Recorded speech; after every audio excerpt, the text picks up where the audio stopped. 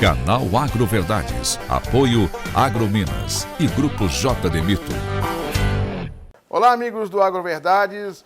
Hoje nós estamos aqui na Escola de Medicina Veterinária e Zootecnia da Universidade Federal do Tocantins, onde nós vamos mostrar para vocês um experimento, né, de confinamento de novilhas, tá? À base de grão de milho inteiro e com ou sem silagem. Nós vamos entrevistar então a Mariana Viegas dos Santos, tá? Que é aluna de doutorado, e esse trabalho ela está desenvolvendo, né, como parte da sua tese de doutorado a ser defendida aí nos próximos meses. Mariana, quais são os tratamentos que você está testando e por que desses tratamentos? São 4 tratamentos, 2 tratamentos sem a presença de silagem, composto de 11% de proteína bruta e 13% com ou sem silagem, onde nos tratamentos com silagem também tenha os 2 níveis de proteína bruta. Bom, então o objetivo desse trabalho é avaliar se com a presença da silagem isso estaria melhorando o consumo de matéria seca, como também o ganho de peso desses animais posteriormente, quando comparado com apenas a dieta com grão inteiro. Outro objetivo é avaliar os níveis de proteína, pois se sabe que é proposto 11% de proteína para novilhas, mas comercialmente é fornecido aos animais um mesmo nível de proteína, seja macho ou fêmea.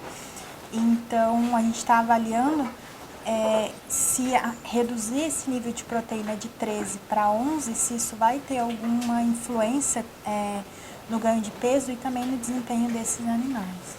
Mariana, com relação ao período de adaptação dos animais, você observou alguma instabilidade com relação quando você fornece a dieta exclusiva de grão mais núcleo em relação à dieta grão, núcleo mais a silagem? A silagem, você acha que melhorou alguma coisa no comportamento ingestivo, fezes e no consumo, no padrão de consumo dos animais? Sim, no começo os animais que recebiam apenas a dieta de grão teve uma instabilidade por um período maior que os animais que recebiam também a silagem. As fezes eram um pouco mais moles, bem como o consumo também ficou um pouquinho prejudicado, os animais, né, demoravam um pouquinho mais. Já os tratamentos com silagem não, eles mais rápido, né, eles estabilizaram esse consumo. E até a consistência, né, das fezes era bem mais consistente. Continuando, então, nós vamos falar com a professora doutora Fabrícia Rocha Chaves Mioto, que é orientadora da Mariana Viegas. E a gente gostaria de saber, professora, nos últimos anos tem intensificado essa prática do confinamento de novilha. Na sua opinião, o que você enxerga como viabilidade, o que seria interessante do produtor confinar novilhas? Como você falou, o confinamento de novilhas ele tem sido uma prática cada vez mais usual, né? Do ponto de vista de qualidade da carne, é uma prática bem interessante, porque normalmente se abate as novilhas mais leves do que os machos, então você tem animais mais jovens, e que a gente espera que tenha uma carne mais macia.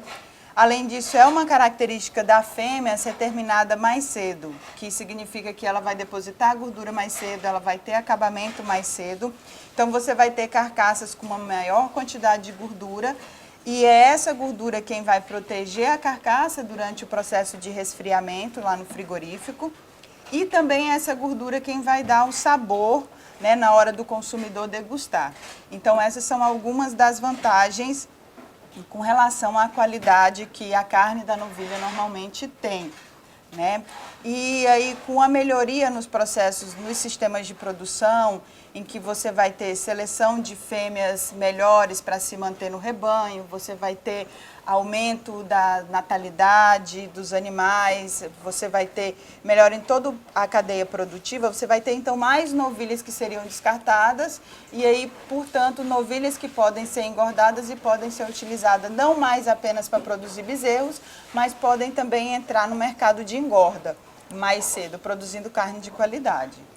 Professora, eu, nas andanças aqui pelo campus, né, aqui para a unidade da Escola de Medicina Veterinária e Zootecnia, eu lembro desses animais chegando aqui, eu sei que eles são oriundos, são novilhas cara branca, né, cara limpa, desculpe, cara limpa lá da Fazenda Vale do Boi, mas eu lembro delas chegando aqui bem leve no mês de dezembro, janeiro, com 6 arrobas. E hoje hoje nós estamos aqui no mês de setembro, elas vão sair aí acima, provavelmente beirando 13 arrobas, que elas estão dando aí em torno de 360 quilos. Se der um rendimento de 52, vai dar 12,5 para cima. Qual que foi o manejo desses animais do início até hoje? Quais foram o procedimento que a senhora adotou para chegar com esses animais, com esse peso, num período aí de 8 para 9 meses? Sim, esses animais chegaram aqui de início de novembro e quando eles vieram, né, eles entraram então no experimento de pastagem com um dos alunos de doutorado, que é o Rafael, né, e nesse momento a gente não estava avaliando especificamente dieta, mas nós avaliamos aí a adubação nitrogenada em pastagem de capim-mombaça, que é a área que nós utilizamos para fazer recria dos animais. Então, esses animais, eles apenas receberam essa pastagem, então foram recriados em pastagem de capim-mombaça, com diferentes adubações, e receberam suplementação mineral específica para a idade, específica para a fase de recria. Então, esses animais ficaram ali até o mês, nesse experimento, até o mês de maio. Eles tiveram um período em que não estavam em experimento, mas ficaram em pastagem e depois elas já passaram aí para o processo de confinamento para a gente fazer a terminação. Então, a gente espera que aí elas vão ser terminadas aí até com 90 dias. Então, aqui na universidade a gente não consegue fazer recria, mas a gente adquire esses animais, né, através de projetos ou comprando aí de produtores da região. Fazemos normalmente a recria deles em pastagem ou com suplementação ou testando outro tipo de dieta nutricional e aí normalmente nós terminamos elas em confinamento. Então, só fechando aqui para que o pessoal entenda.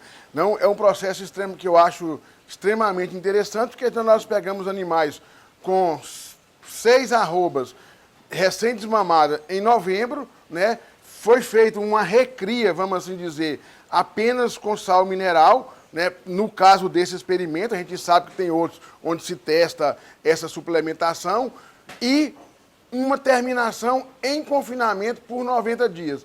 Então, eu acho que o que a gente gostaria de chamar a atenção aí dos produtores, técnicos, é de uma viabilidade de você, com a pastagem adubada, bem manejada e com essa prática do confinamento, você chegaria aí em abater os animais. Se esses animais, na época, eles estavam com em torno de 7 para 8 meses, com mais 9 meses, então de 16, na pior das hipóteses, 17 meses aí, esses animais estariam sendo abatidos, próximo a 13 arrobas. E, professora, e a questão seguinte, a gente sabe que essas técnicas, com os machos, o Brasil tem muita pesquisa. Nas fêmeas, embora a gente sabe que a senhora tem essa linha de pesquisa, que você tem trabalhado muito, mas ainda é muito aquém do número de informações que a gente gostaria de ter para a fêmea. Por que testar esse nível de 11% e 13% de proteína bruta na dieta? Como essa terminação de fêmeas tem aumentado e a terminação com grão inteiro ou com dietas apenas com concentrados, ela é prática né? Então você muitas vezes não precisa produzir silagem, mas as empresas, elas normalmente têm um núcleo com um nível específico de proteína que vai fazer com que a dieta final, aí com 85% de milho e 15% desse núcleo proteico, vitamínico e mineral, vai ter aí uma dieta em torno de 13% de proteína. Que essa dieta, ela foi criada para a terminação de macho. Mas aí, com o advento do aumento na terminação de fêmeas e da facilidade da dieta, essa dieta também tem sido utilizada para a terminação de fêmeas. E a gente sabe que a fêmea, ela tem uma exigência nutricional proteica menor do que a exigência para machos. Então, a ideia é a gente testar esse nível menor, porque a proteína ela é um dos componentes mais caros na dieta de qualquer animal de produção, ou mesmo em qualquer dieta.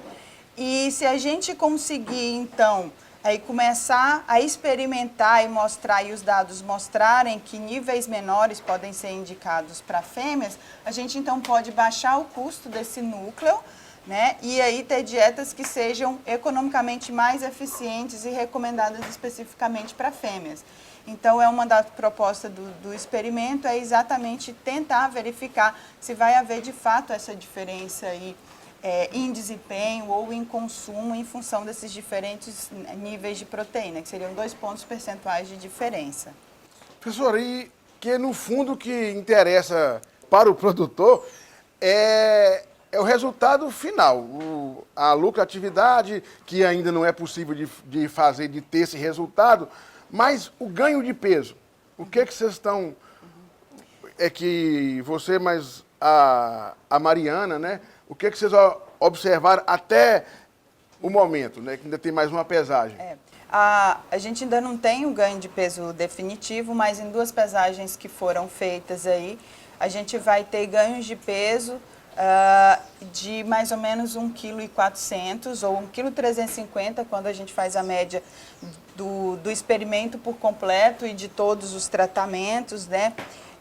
Como ainda tem que haver tratamento estatístico, a gente não pode dizer se um tratamento vai se sobressair em ganho de peso em relação aos outros. Porém, é um ganho de peso bem razoável, né, quando se trata de novilhas, e aí a gente já está com um período de confinamento aí de 70 dias, né, entre 70 e 80 dias já. Então, é um ganho de peso considerado bem razoável, elas estão ganhando bem, e a gente tem expectativa de que vai se manter, porque o experimento está finalizando. A sua visão com relação à questão da qualidade de carne. A gente sabe que na sua linha de pesquisa, além do tratamento com os animais, vocês fazem a parte de maturação. Vocês vão trabalhar com maturação de carne desses animais para comparar se após o abate uma maturação melhora? Uma dos questionamentos com relação à carne do animal Nelore é exatamente que normalmente o animal Nelore proporciona uma carne mais firme, né, uma dureza maior do que animais aí de origem europeia, exemplo da raça Angus, que é muito conhecida pela qualidade da carne, principalmente a maciez. E a maturação ela é uma técnica então que vem para melhorar essa maciez da carne, que seria bastante indicada para animais Nelore. No trabalho da Mariana, especificamente nesse trabalho, como a gente já tem tratamentos já bem definidos, nós vamos trabalhar apenas para uma aluna da zootecnia, né, um trabalho de conclusão de curso. Nós vamos testar a maturação de diferentes cortes, que são cortes que normalmente são valorizados, né, pela indústria. Então, a gente vai fazer a maturação aí da picanha, do contrafilé, e vamos fazer a maturação do lagarto. Então, principalmente para avaliar qual desses cortes aí a gente teria uma melhoria mais considerável, né, uma melhoria considerável com relação à maciez, em qual deles seria interessante a gente fazer. Mas nos experimentos que a gente tem trabalhado com maturação, a gente tem visto que o processo de maturação ele é bastante eficiente, é exemplo do que já vem sido praticado pela indústria, para melhorar a maciez da carne dos animais. Bom, então, só encerrando aqui, nós estamos entrando agora com o canal Agroverdades, entrando na parte mais técnica, nós vamos fazer mais experimentos e nós, né, junto com o nosso produtor aqui, nós já estamos nos convidando para acompanhar e passar para vocês quando for feita a parte de maturação. Tem degustação? Podemos fazer degustação. Então, nós já estamos convidados. Gente, então eu gostaria de finalizar, agradecer à professora Fabrícia Rocha Chaves Mioto, a Mariana Viegas por atender aqui o canal Agroverdades e dizer que nós vamos continuar. O próximo, nós voltaremos depois com a parte da maturação da carne, que é uma linha de pesquisa extremamente interessante e importante. E dizer que esse é mais um Agroverdades, passando o agronegócio do Brasil a limpo. Muito obrigado. Canal Agroverdades. Apoio Agrominas e Grupo JD Mito.